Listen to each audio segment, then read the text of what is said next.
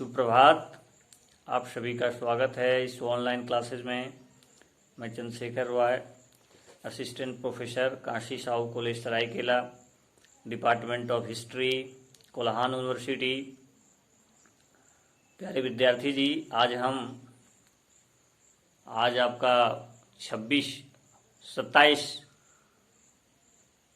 जून 2020 को आपका स्वागत है। आज के इस क्लास में हम चर्चा करने वाले हैं यूजी सेमेस्टर 6 के लिए वो पेपर नंबर 14। चूँकि आपका सिलेबस में ये टॉपिक मेंशन है, इसलिए आपको अच्छे ढंग से पढ़ने की आवश्यकता है। और ये टॉपिक है आपका अंतर्राष्ट्रीय संबंध से। देखिए, इंटरनेशनल जो रिलेशन होता है वो आपका पॉलिटी का खंड होता है। यूपीएससी का जब परीक्षा आप देंगे तो जीएस का पेपर 2 जो है वो पूरी तरह से पॉलिटी का जो है गवर्नेंस एंड इंटरनेशनल रिलेशन से संबंधित है। लेकिन you are the student of history, but आपको पढ़ने की क्या आवश्यकता है?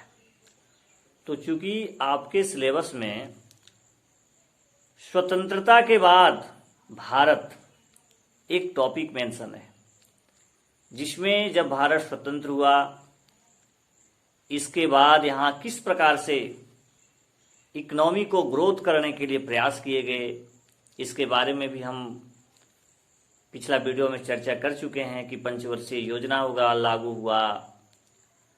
साथ ही साथ इंटरनेशनल रिलेशन के लिए भारत का अन्य देशों के साथ संबंध कैसा हो, इसका क्या मापदंड हो और इसके लिए क्या प्रयास किए गए, इसके विषय में भी आपको मैं एक बैकग्राउंड देने का काम किया, जिसमें हम लोग चर्चा किए गुट निरपेक्ष आंदोलन, नेहरू जी की देश नीति का एक महत्वपूर्ण खंड, नॉन अलाइनमेंट मूवमेंट, जो आज भी प्रासंगिक है, क्योंकि इसका सम्मेलन होता है, डिस्कशन होते हैं सदस्य राष्ट्रों के बीच। और जो वर्तमान में समस्या है इकोनॉमी को लेकर, आतंकवाद को लेकर, गरीबी को लेकर, स्वास्थ्य को लेकर, इस पर चर्चाएं होती है। और चर्चा के बाद एक दस्तावेज जारी होता है, घोषणा जारी होता है कि इस सम्मेलन में क्या निष्कर्ष निकाला गया, क्या एक मत से किन किन प्रस्तावों पर मुहर लगी, किस प्रकार से सब देश मिलकर, गुटनिरपेक्ष देश मिलकर कैसे इन समस्याओं पर काबू पाए, इन पर गहन विचार विमर्श होता है। तो हम लोग इसको भी देखने का प्रयास किए थे। पंचशील के सिद्धांत को भी देखने का प्रयास किए थे। यदि आप भारत और चाइना के बीच के रिलेशन को जानना चाहते हैं, समझना चाहते हैं और इसका एक बैकग्राउंड, हिस्टोरिकल बैकग्राउंड में जाना चाहते हैं, वर्तमान समय के मुद्दा से आप परिचित हैं। अभी देखिए 20 जवान हमारे देश के शहीद हो गए चाइना के सैनिकों से लड़ते हुए। कभी डोकलाम को लेकर झगड़ा होता है, कभी सीमा विवाद होता है। सीमा विवाद को लेकर के दोनों के बीच तनाव हमेशा बना रहता है। लेकिन ये तो हुआ करंट इशू, जिस पर अब देख रहे हैं, बातचीत हो रही है, अखबारों में, टीवी के चैनलों में, इस पर तरह तरह के एक्सपर्ट अपने अपने विचार दे रहे हैं। लेकिन एक इतिहास के विद्यार्थी होने के नाते आपका आपको जो है इसके बैकग्राउंड तक पहुंचना चाहिए कि इसका बैकग्राउंड क्या है, कैसे भारत और चाइना के बीच रिलेशन रहा है। तो आपके सिलेबस में भारत का जो है उनके पड़ोसी देश जैसे चाइना है, पाकिस्तान है, नेपाल है, इसके संबंधों के बीच आपको अध्ययन करना है। तो प्यारे विद्यार्थी जी, आज हम चाइना के पूर्व पाकिस्तान के साथ संबंध के विषय में चर्चा करेंगे कि आखिर वो क्या मुद्दा है, दोनों के बीच जो कन्फ्लिक्ट है, टकराव है, मनमुटाव है, इसका बीज कहां छुपा हुआ है। क्योंकि किसी भी समस्या का यदि हमको कोई भी तकरार का यदि असलियत में उसकी हमको समस्या का हल निकालना है तो उसके मूल जो प्रॉब्लम रहा है, तनाव का कारण रहा है, उस पर बातें करनी आवश्यक होती है। तो ठीक है, अभी देखते हैं आप, बालाकोट है, पठानकोट पर हमला हो जाता है, हमारे यहाँ का संबंध खराब हो जाते हैं, कोई वार्तालाप बंद हो जाता है। तो ये तो करंट इशू है। कभी कभी हमारे जो हैं पायलट को बंदी बना लिया जाता है, आतंकवाद को बढ़ावा दिया जाता है। जम्मू कश्मीर में देखते थे ढेला फेंका जाता था, बहुत तरह की घटनाएं होती थी, सीमा पर सैनिकों को मार देता था। तो भाई ये तो करंट इशू हैं, लेकिन ये समस्या आखिर उभरा कैसे? ये पाकिस्तान का जो देश का जो मसला है उसको हमको समझना पड़ेगा। इसके हिस्टोरिकल बैकग्राउंड पर हमें प्रकाश डालने पड़ेंगे, तभी हमको इस समस्या के समाधान के से संबंधित कुछ जानकारी प्राप्त होंगे। तो हम लोग चर्चा करते हैं पहले पाकिस्तान के साथ संबंध। भारत एवं पाकिस्तान के मध्य विभाजन के कटु अनुभवों के कारण तनावपूर्ण संबंध है। आपको पता है विद्यार्थी जी कि भारत तो चाहता नहीं था कि पाकिस्तान का निर्माण हो। भारत के जो बड़े बड़े लीडर्स थे, M.K. गांधी जी, महात्मा गांधी जी, वो कभी नहीं चाहते थे कि भारत का विभाजन हो। लेकिन हमारे देश में ऐसे माहौल बन गए, मारकाट होने लगी, दंगे फसाद होने लगे, अंततः भारत का विभाजन करना पड़ा। लेकिन केवल विभाजन होने से समस्या का हल नहीं हो गया। कई तरह की समस्याएं विभाजन होने के बाद खड़ी हो गई। तो सबसे पहले तो तनाव विभाजन से ही शुरू होता है। ये हमारा पाठ था, उस समय बस हमारे घरेलू मामला था, लेकिन चूंकि वो अब अलग हो गया, वो अपना हिस्सा मांग रहा है, धन मांग रहा है, क्षेत्र मांग रहा है, और जिसके वजह से तनाव जन्म ले लिया। तो वो विभाजन के कटु अनुभवों के कारण तनावपूर्ण संबंध थे, जो कश्मीर के मुद्दे पर अंतर्राष्ट्रीय स्तर तक पहुंच गए। केवल आपसी घरेलू मामला तक सीमित नहीं रहा, बल्कि यह जो मामला था वो अंतर्राष्ट्रीय मामला बन गया। पाकिस्तान के द्वारा कश्मीर पर कार्रवाई हमले का समर्थन किया गया। आपको पता है, देखिए कि आप पाकिस्तान जो है कैसे कश्मीर को अपने कब्जे में करने के लिए प्रयास करता रहता है, वहां के मुस्लिम संप्रदाय को भड़काते रहता है, प्रश्रय देते रहता है। और विभाजन के बाद चूंकि वहां पर एक हिंदू शासक था, तो वहां पर भी वो अपने सैनिकों के द्वारा उसको कब्जा करने का प्रयास कर रहा था, हमला करवा रहा था। लेकिन आप जानते हैं कि वहां का जो राजा था वो भारत के साथ मिलने के लिए राजी हो गया। लेकिन उस कर में जो हमला करने के बाद वो कुछ क्षेत्र को कब्जा कर लिया था, वो आज भी पाकिस्तान के पार्ट में है, वो हिंदुस्तान को देता नहीं। तो इसके जो संबंध में जो टकराव आए वो आपका विभाजन से ही प्रारंभ होता है। भारत ने अपनी लाभदायक स्थिति के बावजूद युद्ध विराम पर संयुक्त राष्ट्र संघ के संकल्प को स्वीकार कर लिया। यानी संयुक्त राष्ट्र संघ ने जो इन दो मुद्दों पर जो संकल्प पारित किया उसको भारत ने स्वीकार कर लिया और कश्मीर में जनमत संग्रह के लिए सहमति व्यक्त की कि कश्मीर किसके साथ मिलना चाहता है, वहां जनता का देखा जाए मत। इस जनमत संग्रह के लिए 2 शर्तें रखी गई थी। पहला शर्त है पाकिस्तान द्वारा जम्मू कश्मीर से अपनी सेना को पीछे हटाया जाए। दूसरा शर्त है पूरे राज्य में श्रीनगर प्रशासन के प्राधिकार को बहाल किया जाए। किंतु उपयुक्त प्रथम शर्त कभी पूरे नहीं किए गए। पाकिस्तान जो है कभी भी अपनी सेना को वहां से नहीं हटाने का प्रयास किया। इसी बीच जम्मू कश्मीर ने भारत के पहले आम चुनाव में भाग लिया, जिसके परिणामस्वरूप जनमत संग्रह का मुद्दा अप्रासंगिक हो गया। जब चुनाव में वो भाग ले लिया तो फिर जनमत संग्रह की कहां बात होती है।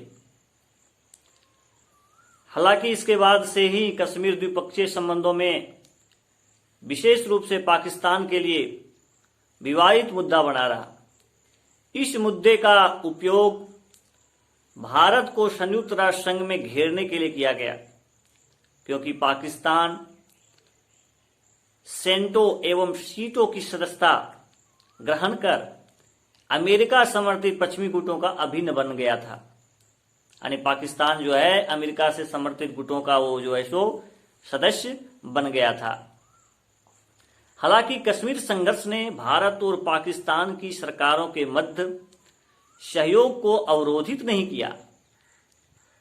जहां एक ओर दोनों देशों ने अपहृत महिलाओं को उनके परिवार को वापस लौटाने हेतु साथ मिलकर कार्य किए, वहीं दूसरी ओर विश्व बैंक की मध्यस्थता में सिंधु जल संधि भी संपन्न हुई। यानी सिंधु नदी समझौता भी संपन्न हुए विश्व बैंक के मध्यस्थता में।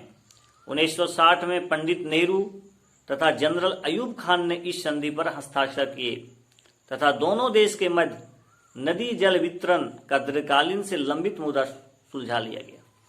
यानी ऐसा नहीं है कि हमेशा से वो पूरी तरह से वार्तालाप होते रहे, द्विपक्षीय आज भी वार्तालाप होते रहते हैं, लेकिन समस्याएं हमेशा बनी रही और इसके वजह से युद्ध भी हुए। जैसे हम लोग देखते हैं 1965 का युद्ध। 1947 में भारतीय सेना से मिली हार के बावजूद पाकिस्तान कश्मीर पर आधिपत्य जमाना चाहता था। इसी क्रम में अप्रैल 1965 में गुजरात के कच्छ के रण में पाकिस्तान द्वारा सशस्त्र घुसपैठ की गई। इसके उपरांत इसने 1965 के अगस्त एवं सितंबर में ऑपरेशन जिब्राल्टर के रूप में जम्मू कश्मीर एक बड़ा आक्रमण किया। यानी ऑपरेशन जिब्राल्टर में जम्मू कश्मीर में जो है एक बहुत बड़ा हमला किया। पाकिस्तान का विचार था कि स्थानीय लोगों का समर्थन प्राप्त होगा, किंतु यह योजना लोगों को प्रभावित न कर सकी और असफल हो गई। इसी दौरान कश्मीर मोर्चा पर दबाव कम करने के लिए तत्कालीन भारतीय प्रधानमंत्री लाल बहादुर शास्त्री जी ने भारतीय टुकड़ियों को पंजाब सीमा पर जवाबी आक्रमण करने का निर्देश दिया कि तुम जवाबी आक्रमण करो पंजाब वाला सीमा। इस युद्ध में भी भारत की विजय हुई। यानी 1965 के युद्ध में भी पाकिस्तान से भारत जीता तथा संयुक्त राष्ट्र संघ के हस्तक्षेप के उपरांत ये जो है सो युद्ध विराम हो गया। यानी फिर युद्ध को रोक दिया गया। अब देखते हैं कि मैंने देखा 1965 का युद्ध, उसके बाद 1971 का युद्ध जो आप जानते हैं बांग्लादेश का अलग हुआ पाकिस्तान से, उसमें भी भारत बांग्लादेश को सहयोग किया। पाकिस्तान में हुए आम चुनाव के उपरांत वहां के आंतरिक संघर्ष ने हिंसक रूप धारण कर लिया। इस चुनाव में जहां पश्चिमी पाकिस्तान में सत्तारूढ़ जुल्फिकार भुट्टो की पार्टी ने विजय प्राप्त की, वहीं पूर्वी पाकिस्तान में शेख मुजीबुर रहमान की अवामी लीग ने अधिकांश सीटों पर बड़े अंतर से जीत दर्ज किए। देखिए, पश्चिमी और पूर्वी पाकिस्तान में दो अलग अलग पार्टियों की बहुमत आई वहां, किंतु शक्तिशाली पश्चिमी पाकिस्तान धड़े ने लोकतांत्रिक परिणाम को दरकिनार करते हुए लीग की परिसंघ की मांग को स्वीकार कर दिया। इसके साथ ही पाकिस्तानी सेना ने शेख मुजीब को गिरफ्तार कर लिया और क्रूर उत्पीड़न के माध्यम से लोगों को आवाजों को दबाने का प्रयास किया। इन समस्या के अस्थायी समाधान के लिए पूर्वी पाकिस्तान के लोगों ने पाकिस्तान से बांग्लादेश की मुक्ति का संघर्ष प्रारंभ किया। बताइए कि जनमत करके मत दे के लोगों ने जिताने का प्रयास किया था, लेकिन इनकी जो मांग थी वो उस प्रकार नहीं मांग रही थी, जिसके कारण से अब लोग भी उठ खड़े हुए एक अलग देश की मांग कर दिए। ऐसे में पूर्वी पाकिस्तान से शरणार्थी के भारी प्रवाह के कारण भारत ने काफी विचार विमर्श के पश्चात जन आंदोलन को भौतिक एवं नैतिक समर्थन प्रदान किया। इसे पश्चिमी पाकिस्तान ने पाकिस्तान को तोड़ने के भारतीय षड्यंत्र के रूप में देखा। यानी पाकिस्तान ने, यहां भारत क्या हुआ, भारत एक हमदर्दी देश है, दूसरे को दुख इससे देखा नहीं जाता है। जब यहां पर बहुत सारे शरणार्थी आने लगे, उसके साथ अत्याचार हो रहा था, तो भारत ने पूर्वी पाकिस्तान को मदद करने का प्रयास किया। लेकिन इस मदद को पाकिस्तान ने सोचा कि भारत जो है पाकिस्तान को तोड़ने का प्रयास कर रहा है, उसको इस दृष्टिकोण से वो देखने का प्रयास किया। जन आंदोलन के दमन के लिए पश्चिमी पाकिस्तान को अमेरिका तथा चीन का समर्थन प्राप्त था। ऐसे में अमेरिका तथा चीन समर्थित पाकिस्तान आक्रमण से सुरक्षा प्राप्त करने हेतु भारत ने सोवियत संघ के साथ 20 वर्षों की शांति व मैत्री संधि पर हस्ताक्षर किया। चलो भाई, उसको पश्चिमी पाकिस्तान को सपोर्ट मिल गया, चाइना का सपोर्ट मिल गया, अमेरिका का। तो भारत ने सोवियत संघ, रशिया जिसको बोलते हैं आप, उससे समझौता किया।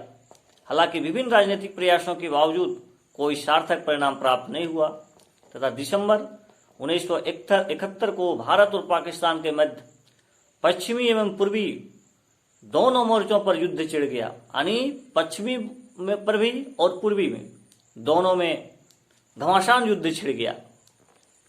इस युद्ध में भारतीय सेना ने वहां के स्थानीय लोगों के समूह, जिसमें मुक्ति वाहिनी के नाम से जाना जाता था, के सहयोग से केवल 10 दिनों में ही पाकिस्तानी सेना को आत्मसमर्पण करने हेतु बाध्य कर दिया।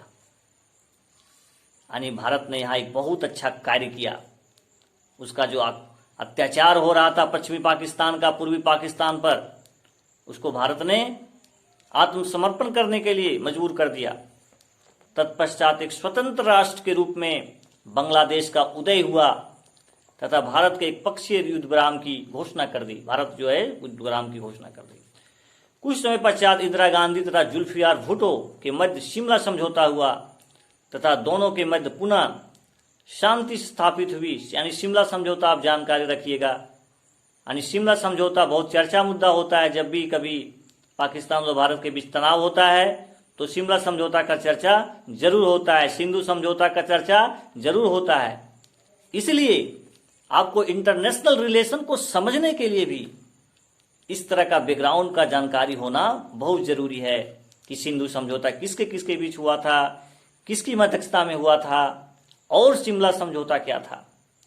तो शिमला समझौता जो है भारत के प्रधानमंत्री जी इंदिरा गांधी और जुल्फिकार भुट्टो के मध्य जो हुआ था तथा दोनों के मध्य पुनः शांति स्थापित हो गया। इसके बाद भारत शिमला समझौते के दोनों देशों को के मध्य विवादों के समाधान की रूपरेखा के रूप में मान्यता देता रहा है कि भैया देखो शिमला समझौता में क्या करता है, तुमने इसको मान रहा है कि नहीं मान रहा है। तो शिमला समझौता वर्तमान समय के लिए एक बहुत बड़ा मुद्दा है। इस पर बातें होती है, जितने भी राजनीतिक हैं, विचारक हैं, शिमला समझौता का हवाला देते हैं। जब भी भारत का पाकिस्तान के संबंध बिगड़ता है तो वो शिमला समझौता का हवाला देता है, देखो शिमला समझौता में क्या लिखा हुआ है। तो ये इसी समय का था, इंदिरा गांधी समय की थी। नेक्स्ट जो युद्ध होता है वो कारगिल का युद्ध है। 1971 के युद्ध में मिली हार के बाद पाकिस्तान ने जम्मू कश्मीर और भारत में विनाश तथा आतंक के प्रसार हेतु अपनी गुप्त एजेंसियां तथा प्रशिक्षित आतंकवादियों को भेजने और प्रॉक्सी युद्ध की रणनीति अपनाई। अब क्या करता, छिप के वार कर रहा था, हमारे सैनिकों को कभी मार देता है, कभी सीना पर भगाता है, कभी पत्थरबाजी करवाता है, ताकि भारत में जो है अशांति फैले, भारत इसी में उलझा रहे। सीमा की सुरक्षा के लिए भारत अपना धन को खर्च करे, जो धन हमें इकोनॉमी को डेवलप करने में लगाना चाहिए वो हम सुरक्षा के लिए कर रहे हैं। तो भारत की विकास को अवरुद्ध करने के लिए पाकिस्तान जो है तरह तरह के प्रयास करते रहता है। 1999 में, 1999 में तथाकथित मुजाहिदीनों ने नियंत्रण रेखा पार कर मस्को, द्रास, कक्सर, बटालिक आदि इलाकों में कुछ भारतीय क्षेत्रों पर कब्जा कर लिया। इन गतिविधियों में पाकिस्तान के हाथ होने का पता लगने पर जब भारत को पता चल गया कि भाई इस क्षेत्र में जो कब्जा हुआ है वो पाकिस्तान का ही हाथ है, भारतीय सैन्य दल ने इस प्रॉक्सी युद्ध का त्वरित उत्तर दिया, जिसे कारगिल संघर्ष कहा जाता है। इस संघर्ष ने समस्त विश्व का ध्यान आकर्षित किया, क्योंकि इन दोनों ही देशों ने 1998 में परमाणु क्षमता अर्जित कर ली और दोनों में से किसी के भी द्वारा इसका प्रयोग किया जा सकता था, क्योंकि दोनों के पास परमाणु शक्ति था। हालांकि भारतीय सैन्य दल ने पारंपरिक युद्धक रणनीतियों का प्रयोग तथा वायुसेना की सहायता से अपने क्षेत्र को पुनः प्राप्त कर लिया। यानी वायुसेना ने यहाँ पर अपनी वीरता को दिखाने का प्रयास किया, जो क्षेत्र पर उन्होंने कब्जा करने का प्रयास किया था उसको पूरी तरह से मुक्त कर लिया। ये हमारी करामत है सेना का। कारगिल संघर्ष को लेकर एक बड़ा विवाद यह भी देखने को मिला है कि तत्कालीन प्रधानमंत्री को इस कदम की जानकारी नहीं दी गई थी। कालांतर में तत्कालीन सैन्य प्रमुख जनरल परवेज मुशर्रफ ने राष्ट्रपति को पद धारण किया था। यानी प्रमुख जनरल परवेज मुशर्रफ जो थे, राष्ट्रपति का पद जो है सो उसमें वो धारण किए थे। तो प्यारे विद्यार्थी जी, आज हम लोग ये जो वैश्विक मुद्दा होता है, भारत और पाकिस्तान के संबंधों की चर्चा होती है, सीमा पर आतंकवाद को बढ़ावा दिया जाता है, लेकिन इसको तो हम लोग सुनते हैं कि बालाकोट पर हमला हुआ, यूरी पर हमला हुआ, इतना सैनिक शहीद हो गए। पाकिस्तान जो है कश्मीर पर आतंकवाद को बढ़ाने का प्रयास कर रहा है।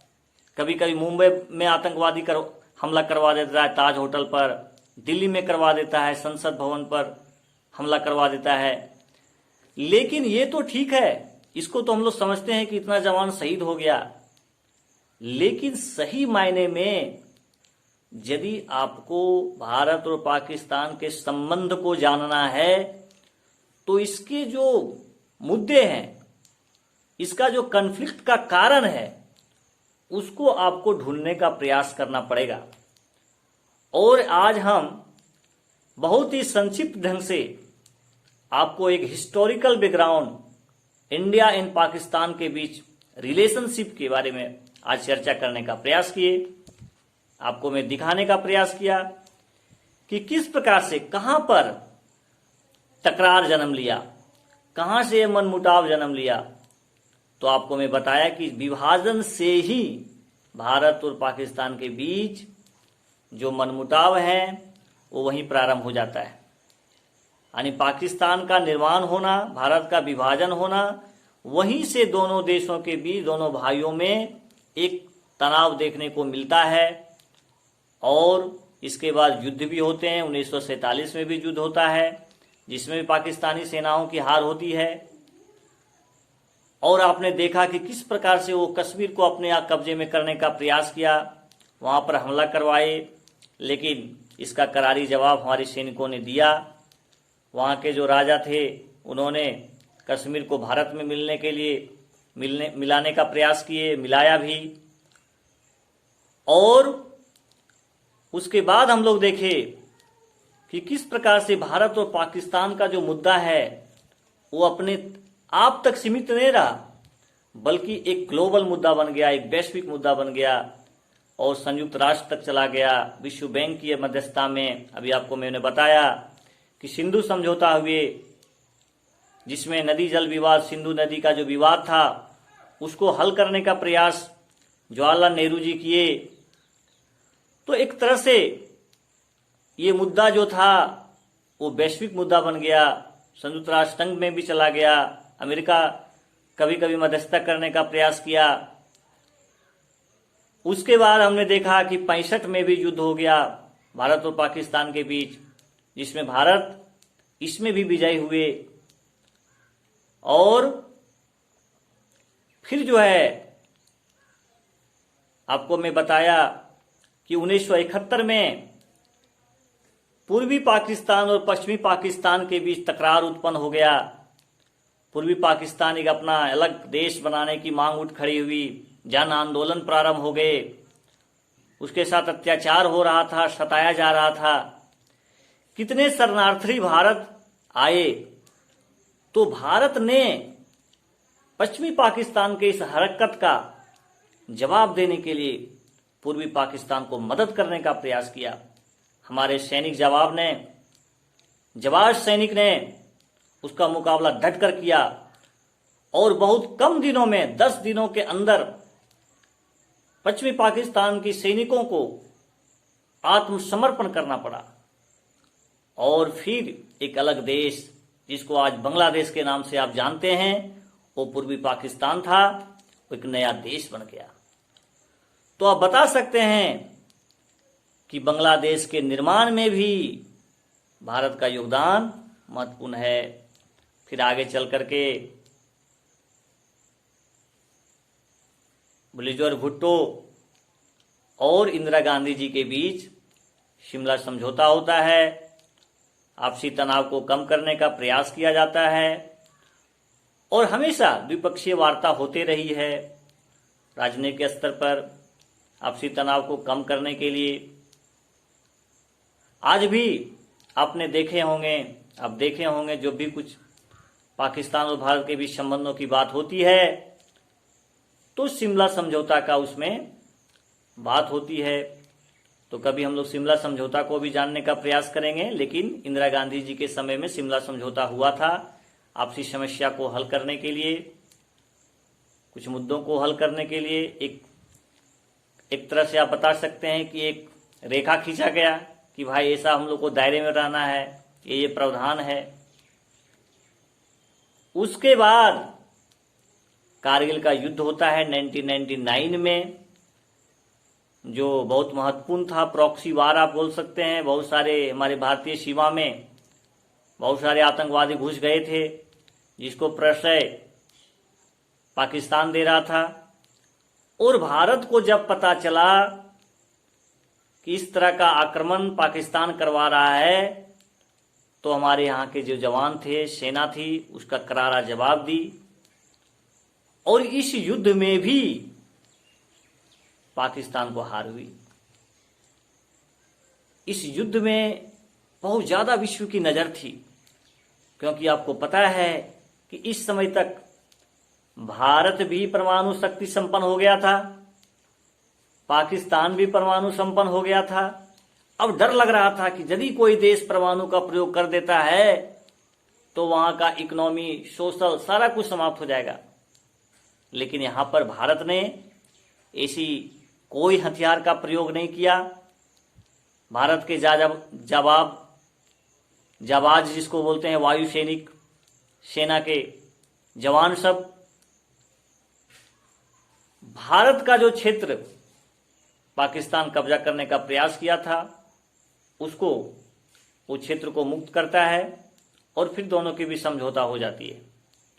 तो आज हम लोग भारत और पाकिस्तान के बीच जो हिस्टोरिकल बैकग्राउंड रहा है, उनके संबंधों को लेकर के, और जो कुछ महत्वपूर्ण घटनाएं हुए हैं, चाहे वो 1947 का युद्ध हो, 1965 का युद्ध हो, 1971 का जो बांग्लादेश का निर्माण हुआ है, और कारगिल का युद्ध हो, इस पर हम लोग आज विचार करने का प्रयास किए।